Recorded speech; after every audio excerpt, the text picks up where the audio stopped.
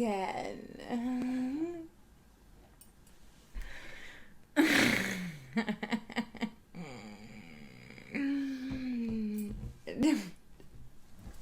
JK. JK. I've really come to enjoy our little chats. And I realize I owe you, my public, more. I owe you everything I know myself. So, where were we? Yes. First comes love.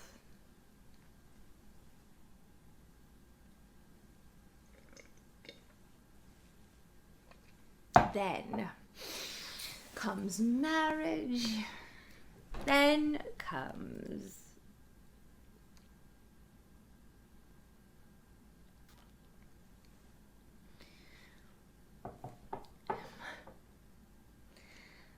my boys were sweet, brilliant, the lights of my life. I was so occupied with the job of being a full-time mom that I didn't notice that Jason was slowly drifting away, spending more and more time uptown with his finance and developer buddies.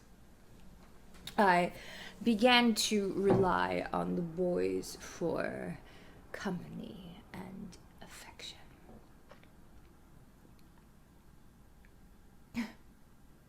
No one, including me, could see the darkness that was beginning to shroud our little home. In the eyes of the world, we'd gone from the perfect couple to the perfect family.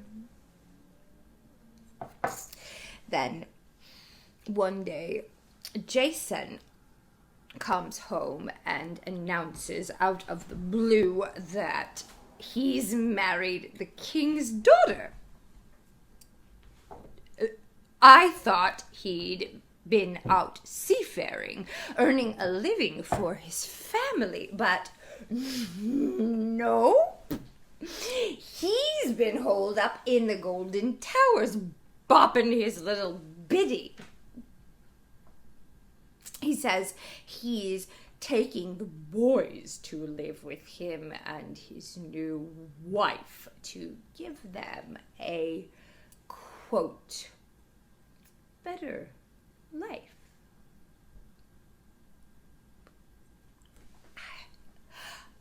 I'm flabbergasted, heartbroken, married someone else. Take the boys. I can't believe my ears. I am not going to let my children go. I am their mother. I get on my knees and beg Jason to tell me this is some kind of cruel joke. He accuses me of being hysterical.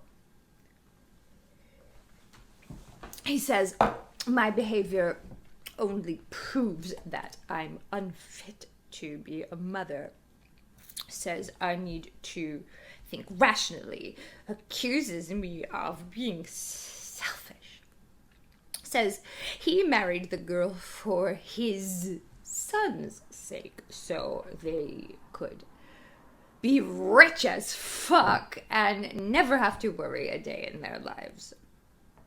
That as their mother, I should have their best interest foremost in my heart, and therefore I should be happy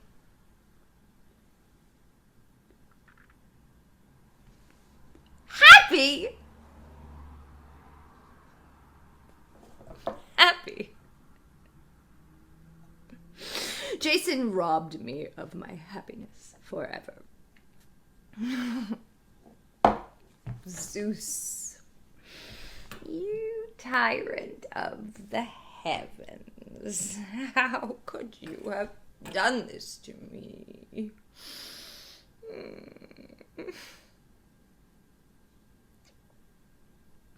And here's the weirdest part.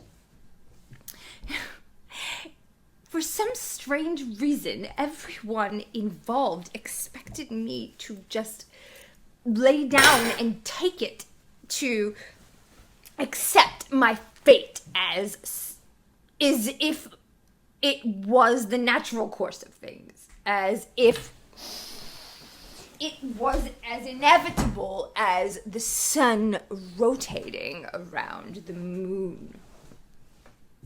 Not.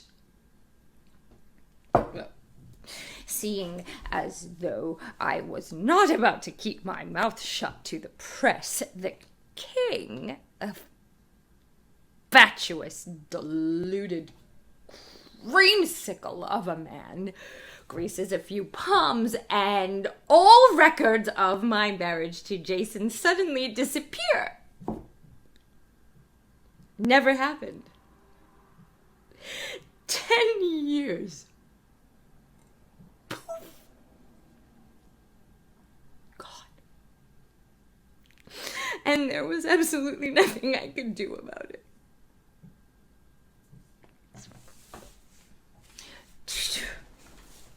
All you ladies out there, let me give you some advice from one who has been through the ringer and survived. A little flattened, maybe.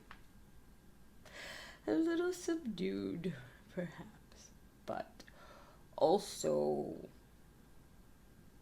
a little wiser.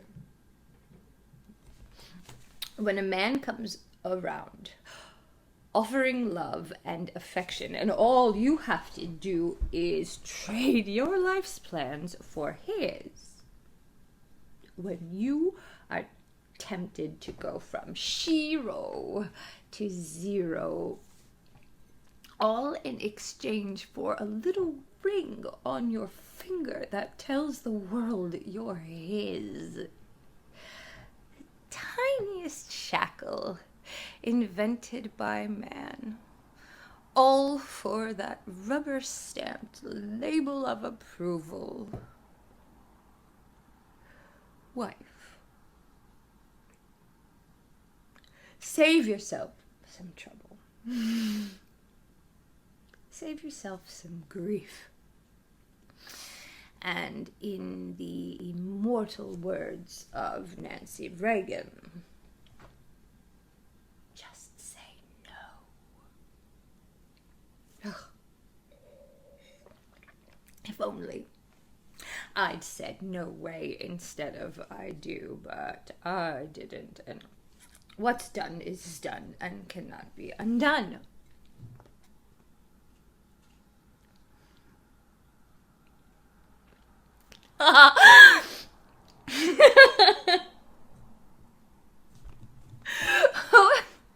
I'm kidding.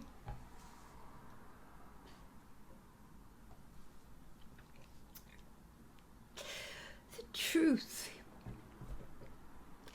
is,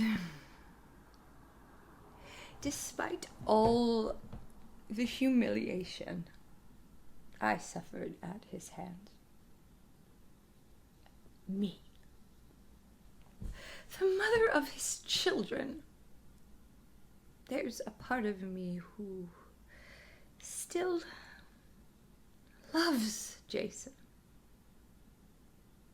I gave my life to him. I gave my word to love and cherish him forever, and as much as I want to take those words back, I find I can't. So, here's my confession for tonight.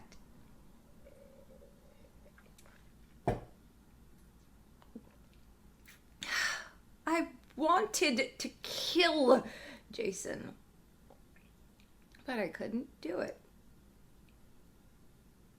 Turns out I couldn't hurt a fly. I'm simply too soft-hearted.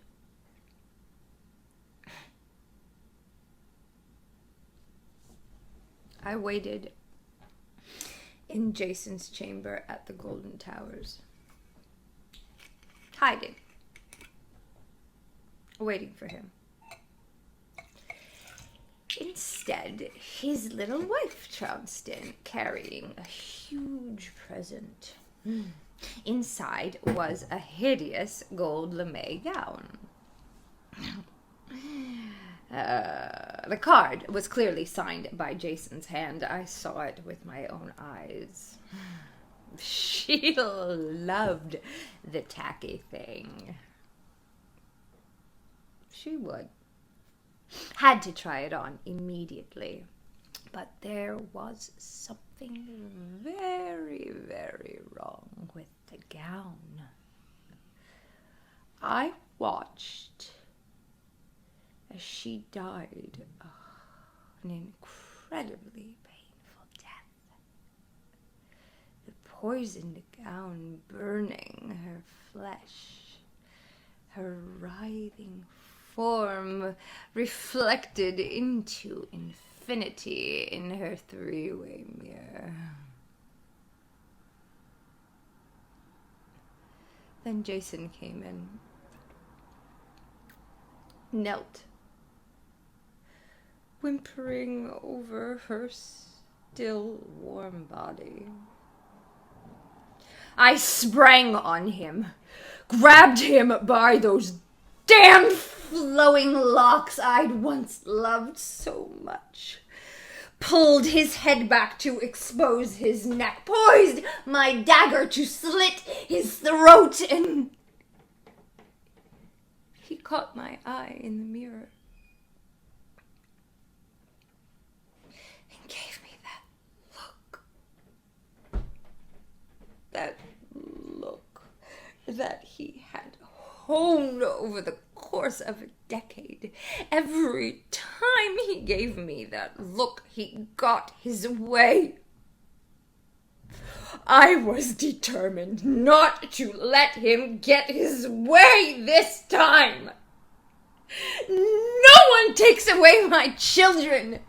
No one chews me up and spits me out like a wad of used tobacco after 10 years of selflessness and dedication. How dare he? How dare any of you?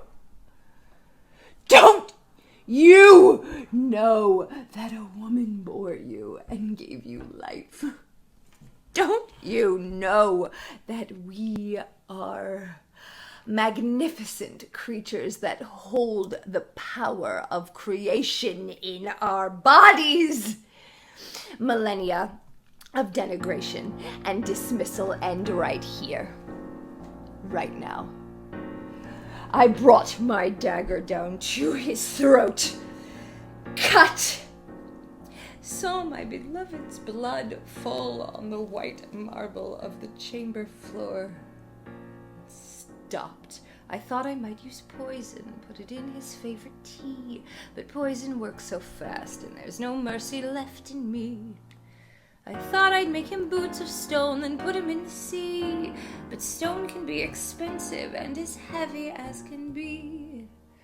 Oh, Lothario, the foulest man I know, a vile Romeo without a heart. Lothario, he lives for mistletoe, that weed is poison though if you take part. Better to have loved and lost. They say that, whoever they be, but it's better to be crossed than be crossed. Who said that? Me, baby. Oh, Lothario, hate you 'cause you left me crying helpless on the floor? Do I hate you for the fighting or the times you would ignore? Do I hate the love I'm feeling, or do I hate the hating more? Oh, Lothario, who cares? Who cares? I thought I might use daggers, it's a thought I can't suppress, but I don't like violent struggle or to tidy up the mess. Oh, Lothario, the saddest man I know, a wretched gigolo who couldn't jig. Lothario, his wolf-like ways are slow, he'll huff and puff and blow 'cause he's a pig. Better to have loved and lost. They say that, whoever they be, well, it's better to be crossed than be crossed. Who said that? Me, baby. Oh, Lothario, do I love you 'cause you left me crying helpless on the floor? Wait, no, that's not right. Do I hate the love I'm feeling, or do I hate the hating more? Who cares? Oh, Lothario, the saddest man I know, you make a cameo in every breath. Lothario, we had a family. You're not a man. How could you? Do I hate death?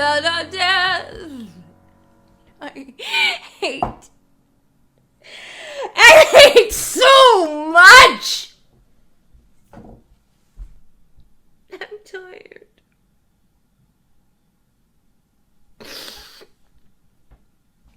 I showed mercy, and Jason lived to testify against me in court.